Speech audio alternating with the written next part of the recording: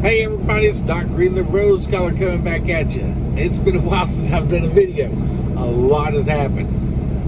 Y'all have been following me for a while know that I have worked for a lot of other companies over the last 20-something years, and I have started my own trucking company, got my own authority, and started moving out here on my own. And I was going to try to give you updates like every trip or every other trip or something like that for the last few weeks to let you know how this was progressing. However, there's a lot more to running this company than I was aware of, and I'll be honest with you guys, I have just been driving to almost complete exhaustion sometimes, and so I have not had time to come on and do any videos. But I'm going to let you guys know how things are going right now, and how things going in the future, and some mistakes I've made, and some things I wish I would have done before getting started in this. First thing is that I can say is your own trailer. There are ways of doing power only, and you can make okay. Do all right, I guess. In the area I'm in Dallas, Texas, I guess you do okay running power only. But it limits you. It limits you onto what load you can take, where you can go, when you can get out of there, how many miles you're going to have to drive empty, bobtail, and everything else. You are very limited trying to run power only. What most people do with power only is they're going to do what they call loadout trailers, which means, let's say a company has 20 trailers in Dallas and they need 15 of them in Laredo, but they don't want to pay someone to take them down their full price, $2 or $3 a mile, or they take an empty trailer. What they'll do is they'll say, okay, you know what, we'll pay you 20 cents a mile, 50 cents a mile, whatever, 10 cents a mile, whatever, to take it down there, and we'll give you 7 days to use the trailer. That way, you can make some money with the trailer, and we get our trailer. So you go pick up a trailer, let's say on Sunday night, and you got 7 days to use that trailer. So you can then book your own loads, van loads or whatever kind of trailer you're picking up and transporting, and you go around and pick up loads and carry it around for a week and then deliver it to where it needs to go. Now, what I was doing is I was picking one up at Dallas. Actually, I did this twice. And I was delivering them down to Del Rio, Texas. The problem is I run really good during the week and everything, and I was making good money during the week. But then I had to take a day off because it comes down to the last day, and that trailer has to be all the way in Del Rio. So I would have to take that trailer last day, and I'd be up in San Antonio. I try to book my loads as close to Del Rio as I could, so I'm going to have to empty a whole lot of miles. But it's still about a 2 to 3 hour drive from San Antonio, depending on where you're at, to Del Rio, Texas. So you'd have to drive out there 2 hours, drop the trailer, drive back, all the way back up into San Antonio. No loads available for power only. So the nearest thing I had to do was get back to Dallas, Texas, which means I had to drive another 4 hours. So I'm driving 4, 5, 6, 7, 8, 9, 10 hours practically, with drop time and everything included, and you're not getting paid for it. So first thing I noticed is get your own trailer. Guys, listen, if you're getting your own authority, get a lease, talk to someone to lease a trailer. Make sure that because here's another bad thing about loadout trailers. You really don't know what you're getting. You go get this trailer, and it may be in excellent shape, and it may be falling apart. You may have holes, damaged, and everything. Now, if you get damaged and everything, don't pick up the trailer. Just call them back and say, no, this trailer's too damaged, can't do it. But they also have to look at the age of trailers, because a lot of places will not accept trailers that are over a certain age. So you may take that trailer out, may not be able to get a load. Check these things out before you pick up one of these load-only trailers. If you're going to go that route, I do not suggest it. What I did after about 2 weeks is I went to, I've lost too much money deadheading back and forth and everything. And then I have to limit myself on where I could run, so I make sure I have this trailer back within the area that it needs to be back in and everything. So it's time for me to go lease a trailer. Now, some people say, well, you go out here to these big leasing companies, lease a trailer, and you can. And they're going to ask you for a lot of information. They're going to ask you for things like your bank accounts. They want to see how long you've been in business, how much money you've been depositing. Well, if you're just getting into business, you don't have any bank accounts to show them, or bank statements or anything, or how much money you make or anything to show you can pay for the trailer. What I did instead is I found an individual that was leasing a trailer. She is a very wonderful lady, very sweet, lives down in, her and her husband live down in San Antonio, and they were leasing the trailer for about $600 a month. So I went down, signed it, looked at the trailer, got the trailer, been driving with it for the last 2 weeks. Income levels went up quite substantially doing that. There's no deadhead. Now, well, I'm not saying no deadhead. There's no empty miles running tremendous miles trying to deliver a trailer and then get back to where I pick up another trailer. I did have a day. I wanted to be home last weekend, so I did deadhead back to Dallas from, I think it was San Antonio, maybe, no, it's Houston. I just deadheaded because I didn't want to wait. I was down there. The load that I was supposed to pick up on Friday canceled. Next load was, his weekends, they don't really do a lot, so I was looking at staying down there until Monday. No, not me. I deadheaded back to Dallas with the trailer. Still worth it. Still well worth getting my own trailer because I was ready to go on Monday morning, So that's one thing to look out for, guys. I want to say definitely look out for that.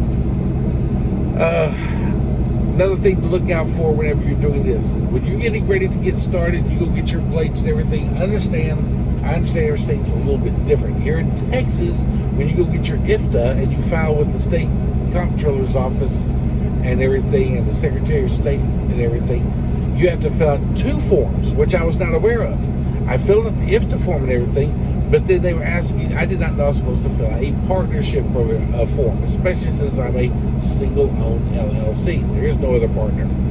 So I was sitting here waiting on my IFTA to come in, and it didn't come in. And it was supposed to be, it might take like 15 days, so I called down after the first 15 days, because all I could run is Texas without my IFTA.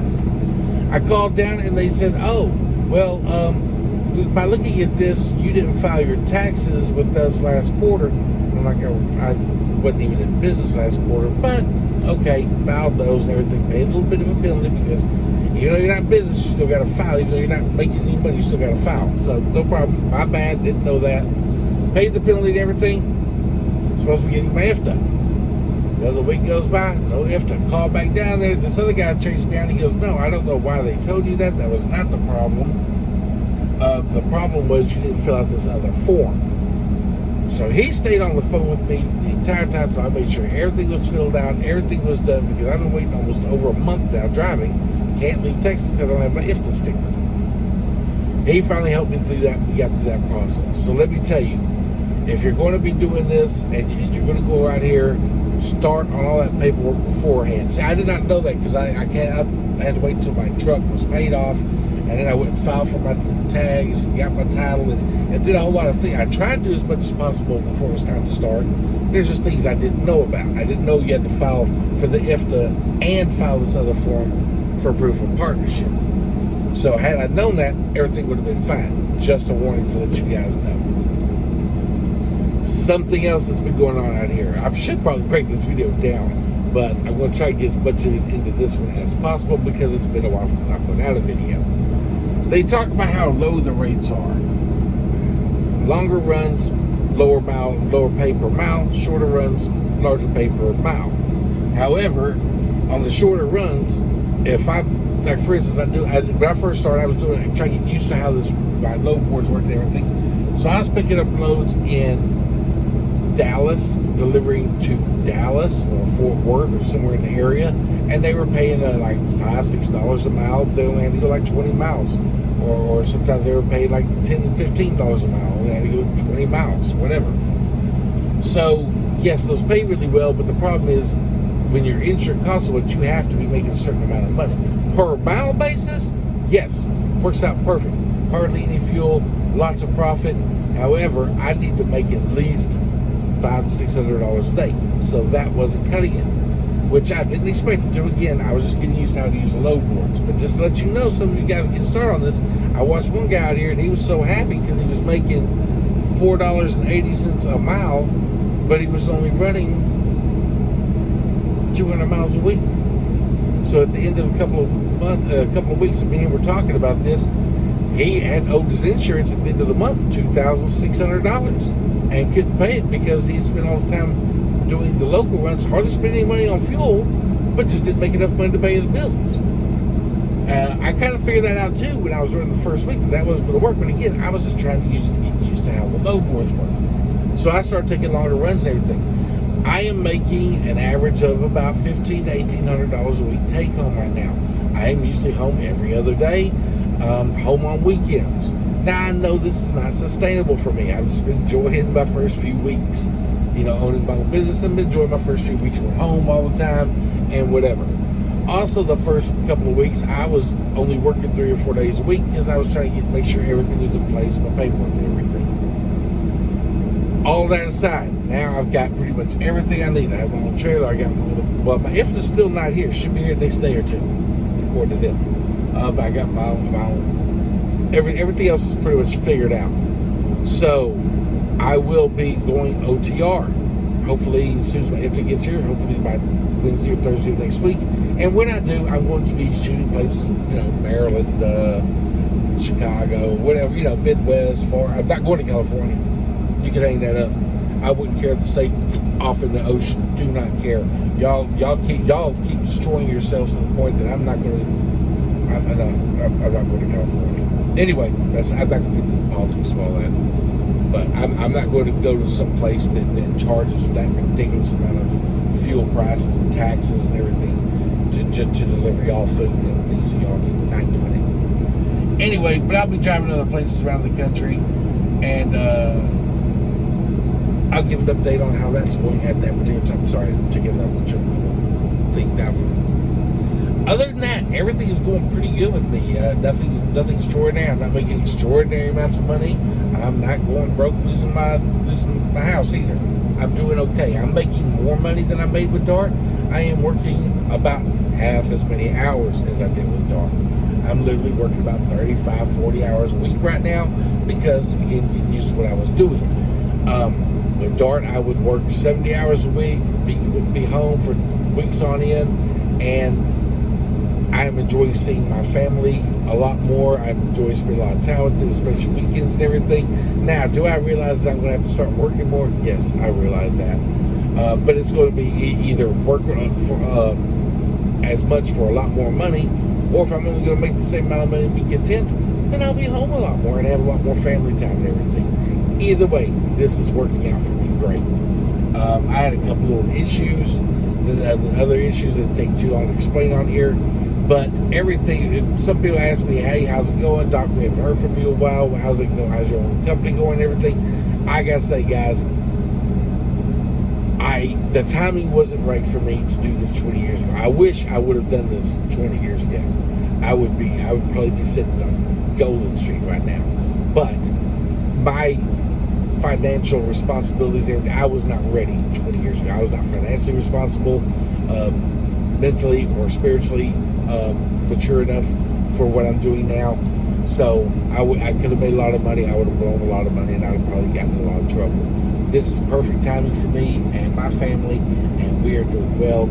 And I want to say God bless to everybody who is on my channel looking out here.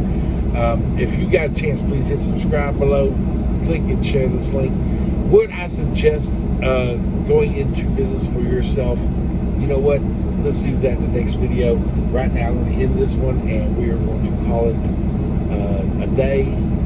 And see, I got to get, if I'll ever start loading me here, I get this load delivered.